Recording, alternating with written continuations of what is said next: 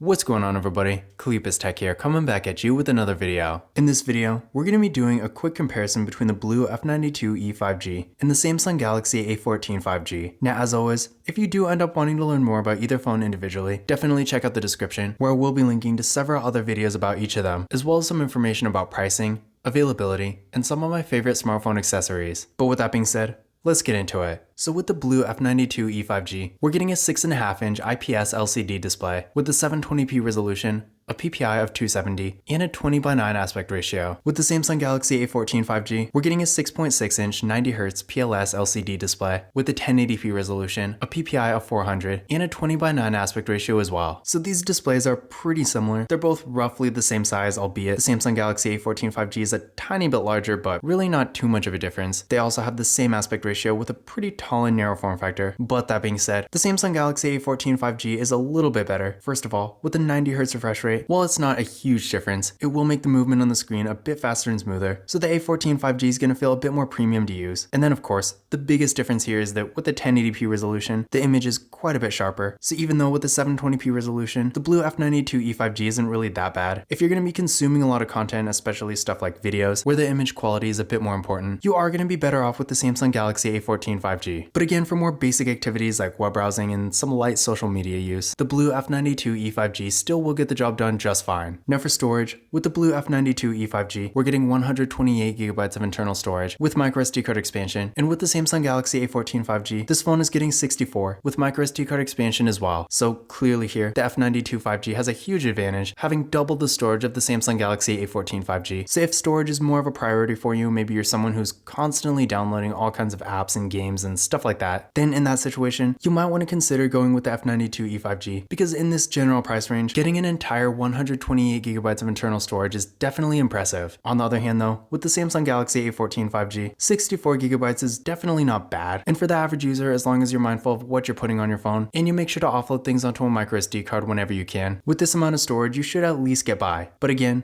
if storage is really a priority for you, the Blue is definitely going to have an advantage. Now for security features, both phones have Face Unlock, and they both have fingerprint scanners right here on the power keys. So of course, definitely a great spot for a fingerprint scanner, pretty tried and true at this point. But starting with the Blue F92e 5G, let's see how well they work. There we go, one more time. And there we go, so as you can see, real fast and responsive. And now for the Samsung Galaxy A14 5G. There we go, one more time.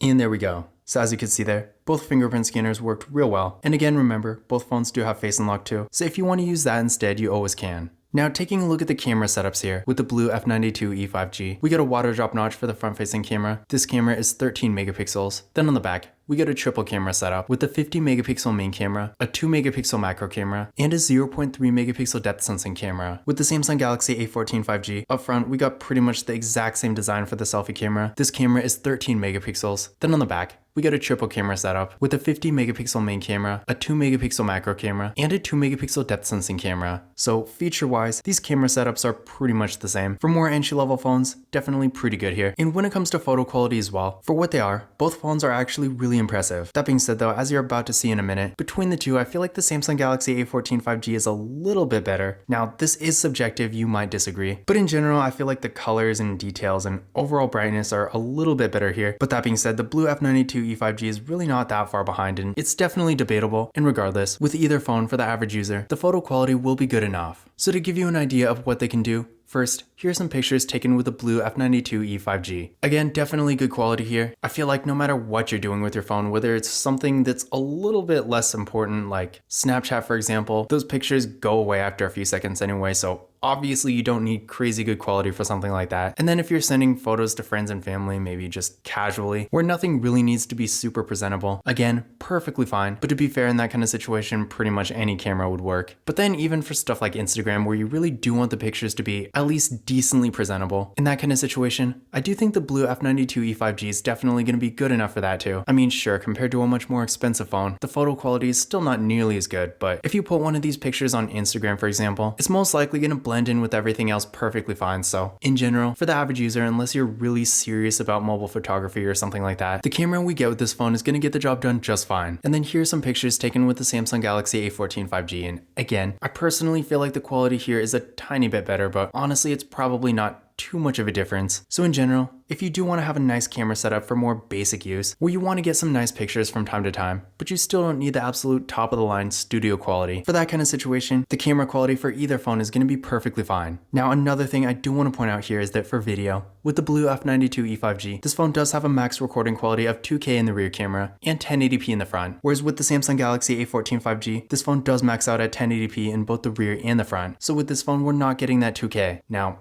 I personally feel like this is really not a big deal, but if you do want to record in a resolution slightly above 1080p, then the Blue F92 E5G will have a slight advantage there. Now when it comes to RAM and processor, with the Blue F92 E5G, we're getting 4GB of RAM with the MediaTek Dimensity 700 processor. With the Samsung Galaxy A14 5G, this phone also has 4GB of RAM, and depending on which version you get, it's either going to have the MediaTek Dimensity 700 or the Exynos 1330. But regardless, between the two, the performance difference is really not going to be that huge. In my experience, the A14 5G is maybe a little bit faster, but really not by much. And at the end of the day, while the A14 might give you a slightly smoother, nicer experience, especially if you're going to be on your phone a bit more, they're going to be able to do pretty much the same things, and with the Blue F92 E5G, the performance is really just as good, and in my experience, I haven't had any performance issues with this phone either. So in general, if you're looking for something for more basic activities like web browsing, social media, watching videos here and there, and maybe some light mobile gaming, either phone is going to be perfectly fine for that. Now I did run benchmark tests on both phones using Geekbench 5, and here are the results I got. So as you can see, again, really not a huge difference, but that being said, in general, the A14 5G has a slight advantage, and in my experience, it does perform a tiny bit better, but considering these phones do have the same processor, it can only really be so much different. So if you are looking for a phone for more basic activities, no matter which one of these you get, the experience is going to be roughly the same. But if you really want to get technical about it, and you do want the slightly faster phone between the two, in my experience, the A14 5G does seem to run things a little bit better. Now for the batteries,